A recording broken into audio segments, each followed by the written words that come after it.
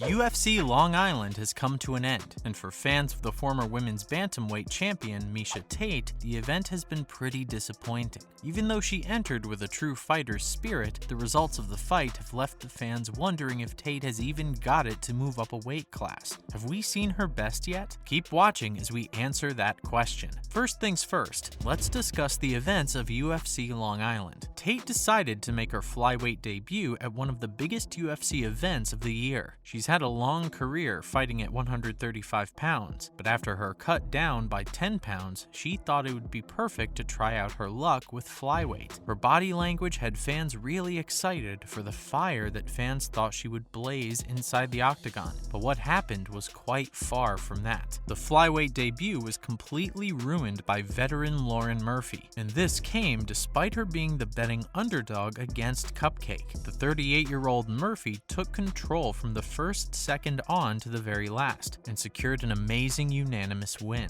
As for her technique, Murphy landed several takedown attempts and even some great shots. In response, Tate tried her best to slow down all the action, but unfortunately for her, Murphy came to win this one. When it came to strikes on the feet, the veteran just seemed to hit with more impact. Her hit with the right elbow busted open Tate's nose right when the second round started, and much worse came after that. Overall, it was clear that was Murphy's night, and no one could take it away from her. After this amazing win, the 38-year-old hopes to join back the title contention, and we hope she's successful at it. But let's look at what happened with the former bantamweight title holder. It wouldn't be fair to ignore all of Tate's efforts just because she had one bad debut, and it's definitely not okay to not try to understand what happened with her at Long Island. The 35-year-old returned from a 5-year hiatus, and this was her third fight since. She finally dropped down to 125 pounds and thought she was perfectly fit for the flyweight division.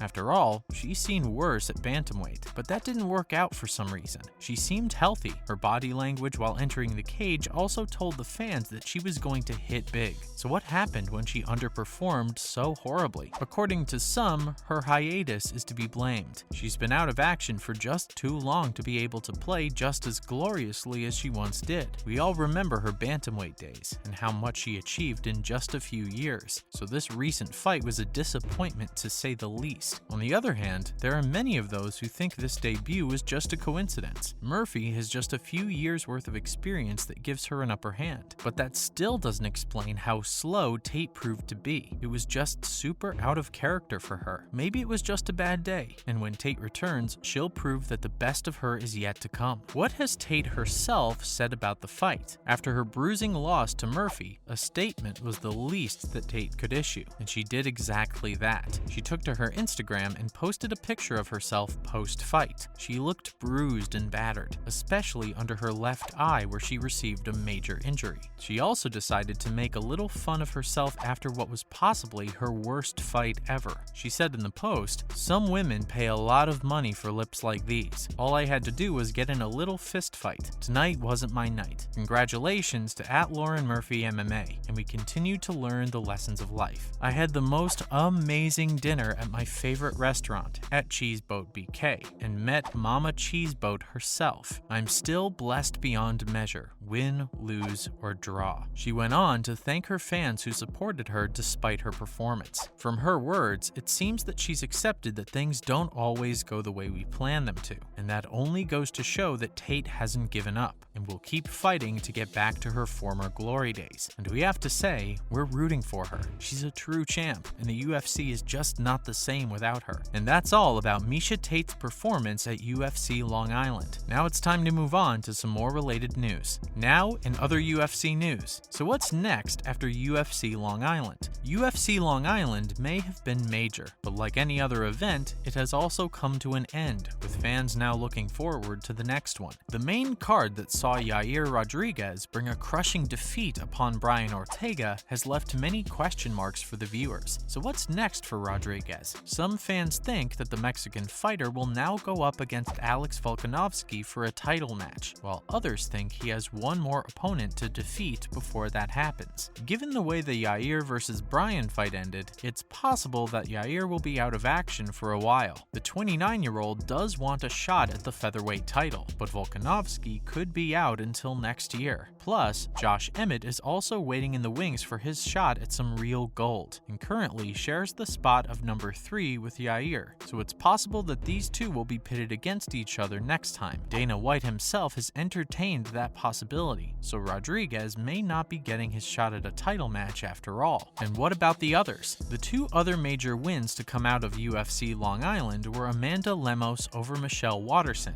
and of course, Lauren Murphy. So who could be next for these two ladies? As for Lemos, it's been predicted that she could be matched up against Tecia Torres. Lemos has had a great year, and she's been 6-1 in her previous 7 fights. That makes her the perfect opponent for Torres, who is coming off a loss to Mackenzie Dern.